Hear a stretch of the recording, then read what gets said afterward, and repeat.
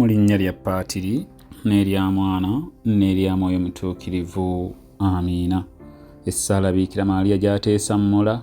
Ayi Maaliya kabaka wange mmange, nze neeyanjulira gy'oli nga sirina kyendekayo, ate nkusingira omusingo gw'okwagala kwange, kusingira leero amaaso gange, amatu gange, akamwa kange, omwoyo gwange, nange nkwekwasa nze n'omulamba. Ayi mmange omulungi, olaba neerimbise ku ggwe, naawe nkuuma nzibiranga omuddu wo owuwo ku bubwo. Munyenye yaffe, tekyatandika naawe, naye kisobola okukoma naawe. Mbalamusaako nnyo mikwano gyange mu linnya lya Mukama waffe era mulokozi waffe Yezu Kristu. Mwenna mikwano abagoberera ennaku zino mukimanyi bulungi nti kati munyenye zaffe zembawo ennaku zino zakubayamba, zakutuyamba kwesumulula mu myoyo gyaffe n'emibiri gyaffe, ng'ekigendererwa kyaffe tutuuke okumalako omwaka guno nga naawe nnyini tokyetegeera, ng'ogulumiza Katonda. Tekyatandika naawe, naye kisobola okukoma naawe. Mikwano gyange, tulina embeera nnyingi ezituyigga, ezitulondoola, ezitutambulirako era ezitutambuliramu, naye nga situlina kye tumanyi ku ntandikwa yaazo. Kyannaku naye nga kituufu. Kino mukwano gwange nsaba okimanye era okitegeere bulungi, olwo kikuyambe okubaako ky'okola. Nga bw'osikira ebirabika ne bagamba nti Father Martin nga yafaanana maama w'enviiri, ennyindo, munnange nno n'amaaso nabo gannyina yennyini, bwe kityo nno bwe kiri ne ku bitalabika. Era mu ngeri y'emu nga bw'osobola okugabana empisa oba ebintu ebirungi okuva mu bakadde bo oba bajjajjaabo, era bwe kisobola okuba ne ku mize oba ebikyamu bye baakola oba bye balina. Mukwano gwange, ng'oggyeko embeera ez'omwoyo nga bwe tukkiriza mu nsi ey'omwoyo, ne risaaki yennyini ow'ensi alaga bulungi nti omuntu asobola okufuna empisa oba omuze okuva mu bantu baasibukamu. Ogeza, osobola okusikira okuva ku jjajjaawo ne muze ne kugenda ku ttamiiro, ne ligenda jjajjaawo yali balina ettamiiro, bakitaabwe ettamiiro, naawe n'olumbwa omwoyo gw'ettamiiro, oba obusungu bw'ettumbiizi, oba omwoyo gw'obutekkiririzaamu, oba omwoyo gw'obutayagalwa, oba ekyoyo ky'obutaganja, okusiraana, obutafumbirwa, obwenzi, obugayaavu, olutwe, ekyoyo ky'obubenje, ekyokwetta, obulimba, obubbi, obutakwatagana waka, n'ebyoyo ebirala n'ebintu ebirala bingi by'osobola okusikira mu bakadde bo, mu bantu bo ab'omusaayi gwo. Amawulire amalungi gennyina ku nsonga eyo gali gamu, nti ebyo ne bwe biba biri mu nnyumba yammwe nga tebyatandika naawe oba nammwe, bisobola okukoma naawe oba okukoma nammwe. Ebibabonyaabonya oba ebibonyaabonyezza ggwe, abaana bo, baganda bo, bannyoko, olina amaanyi n'obusobozi okubikomya.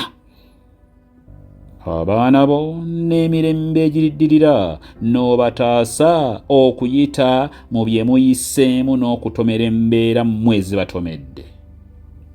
Bino mbyogera mikwano gyange era mbireese mukadde kano, kuba mpulira njagala baana bange mwenna tutuuke ku nkomerero y'omwaka guno n'entandikwa y'ogujja nga tutambulira mu kkubo eriggiddwamu emiziziko gyonna egy'omwoyo n'egy'omubiri.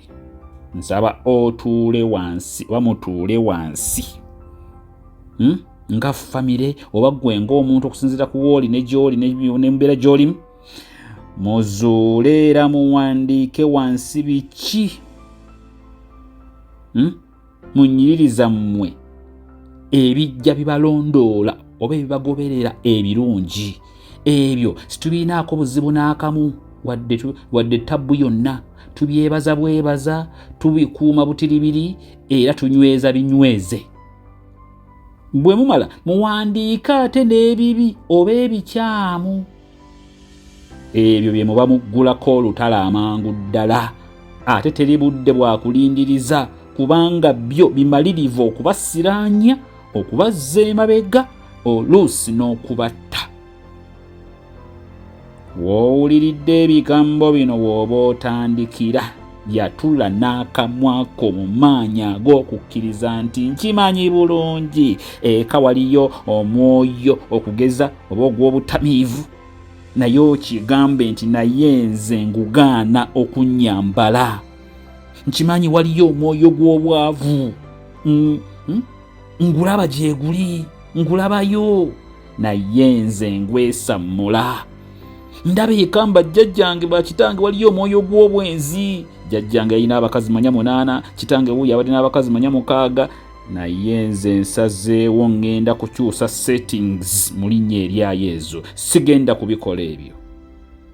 Ndabayo omwoyo gw'obutekkiririzaamu, tuli awo ya mediocres, tuli awo nze sigenda kubeera mediocre, ngenda kubeera omu kwekkiririzaamu, ngenda kugenda mu maaso, ngenda kwambukira ddala paka ku ntiko. Ndabayo omwoyo gw'obusungu bw'ettumbiizi, nze ogwo tegugenda kunnyambala. N'ebirala bingi nnyo, yatula kimu ku kimu obigaane, olulimi lutonzi. Gwe gyonna gigaane mikwano gyange, yatula n'akamwako, olulimi nkugambye lutonzi. Nja kuba nkubuulira ekijja kiddako ng'okoze ekyo mukwano gwange. Weegambe nti nze mu linnya erya Yesu ndi wanjawulo. Kyegambe nti nze mu linnya erya Yesu ndi wanjawulo. Sigaanye kino ewaffe, bonna bakikola, kibatuuseeko, kino kibasiraanyizza, naye nze tekijja. You must say that I believe, trust and decree that I am an exceptional daughter or son of God in my family. Say that. Nkyerangirirako, nkiri era ngenda kukibeera. I am an exceptional daughter of God. I am an exceptional son of God. Mikwano gyange waliwo ekitabo kye tuyita ekitabo ky'okubala. Mu mutwe ogwa 25 tulaba Abayisirayiri nga bali e Pewoli. Bwe baali eyo baakola ebintu bingi nnyo ebyanyiiza Katonda. Baatandika okukola obwamalaya n'abakazi Abamowabu, abantu be bataaliina kubwegatta nabo mu mbeera yonna. Bo ng'eggwanga lya Katonda. Era Mukama mu busungu obungi n'alagira abakulembeze bonna battibwe. Baba bakyali mu kyobeero, mukiyite kyobeero. Mu kaseera omu ku Bayisirayiri n'aleeta mu weema ye omukazi Omumidiyaani, nga Musa n'Abayisirayiri bonna balaba. Bwe baali nga bakyali mu kkungubaga olw'Omukama kye yasazeewo, ate laba ono waabyononera ddala, ayongera kikolimo ku kikolimo. Waaliwo omulenzi yagamba nti ekimala. Waaliwo omulenzi ayitibwa Finehasi mutabani w'Eriyazaali era muzzukulu wa Alooni kabona. Bwe yalaba ekyo n'asituka n'ava mu kibiina ky'abantu bonna nga batunula, n'akwata effumu n'agoberera omusajja oyo Omuyisirayiri eyali abasembereza ekikolimo n'ekyoyo n'ekikawumpuli mu famire yaabwe. N'omukazi oyo gwe yali naye mu weema n'abalondola n'abatambulirako n'abatuukako n'abafumita effumu ne libayitamu bombi. Olwo kawumpuli eyali azikiriza Abayisirayiri n'akomezebwa ng'amazeewo, wulira, ng'amaze okutta abantu 2,400. Kiri kye baali baakola kyatandika okutandika abaana bataata abaana baali abamaze okufa 2,400. Mukama n'agamba Musa nti olw'ekyo Finehasi mutabani w'Eriyazaali era muzzukulu wa Alooni kabona ky'akoze, ndekedde awo okusunguwalira Abayisirayiri. Era genda ogambe Finehasi nti nze nkola naye endagaano ey'emirembe era nti musiimye ky'akoze ye n'ezzadde lye eriribaddirira banaabanga ba mukisa. Nze Katonda nze njogedde. Bw'atyo n'afunira Abayisirayiri ekisonyiwo. Finehas weebale. Mumanyi lwaki nsomye ebigambo ebyo ndeese ebigambo ebivudde mu kubala 25? Kubanga noonya ba Finehas abagenda okwevaamu bayimuke bakomye kawumpuli ow'enjawulo ali mu famire zaabwe. Bakomye emyoyo n'ebintu ebibadde bibalondoola mu famire zaabwe. Ate sinoonya mulala okuggyako gwali mu kumpuliriza ku ssaawa eno mwannyinaze muganda wange. Gwali mu kumpuliriza n'awuliriza ebigambo bino kati gwe mbadde nnoonya. Munyeenye eno nsaba ogifuule ya famire yammwe. Bw'oba osobola okugiweereza ab'emikwano n'amanya ab'eŋŋanda zammwe zonna buli omu gy'ali. Ne mutabukira wamu ne mukomya embeera ezo nga ttiimu. Era ne mumalirira tituganye ffe situgenda kuyingira na bintu bino mu mwaka gujja. Oba osobola kikole. Finehas yagamba nedda kino nkikomya wano era nkikomya kati era kiggwa leero. Yes, abantu 24,000 baali bamaze okufa bambi olw'akawumpuli yali ekikawumpuli ekyali kimaze okusensera famire yaabwe nga olw'ekiri ekibi ekyali kyakolebwa abakulu. Naye olw'okwevaamu kwe yakomyawo ekintu kikawumpuli kyakomaawo. Bw'atyo n'ataasa miliyoni ne miliyoni z'ab'ekika kye n'abaabaddirira bonna n'abataasa. Yes, nkimanyi bulungi nti bangi ewammwe olw'ebyo bye mwasikira ku bakadde bammwe bakafiiriddemu. Bangi basiraanye, abalala beerwanako naye tebitambula. Kibasika kibazza mabega, balwana bagende mu maaso ne kibasika kibazza mabega. Bangi bali mu kugangayira. Nkimanyi bingi ku ebyo tebyatandika naawe wadde nammwe, naye bisobola okukoma naawe oba nammwe. Olw'ekyo kye yakola Katonda yatuma Musa n'agamba Finehas nti genda omugambe enkola naye endagaano ey'emirembe era nti nsiimye, n'olw'ensonga eyo ye n'ezzadde lye abali baddirira mbasazeewo obbawo omukisa. N'ebyaddira bingi nnyo bafuuka basaasiriro ti bakabona, bingi nnyo byabasuubiza era byetuukiriza. Nsaba embeera eyo ebabonyaabonyereza ebbanga kikawumpuli ekibadde kyayingira mu famire yammwe okuva ku bajjajjammwe ne kijja mpolampola nammwe kibatuuseeko.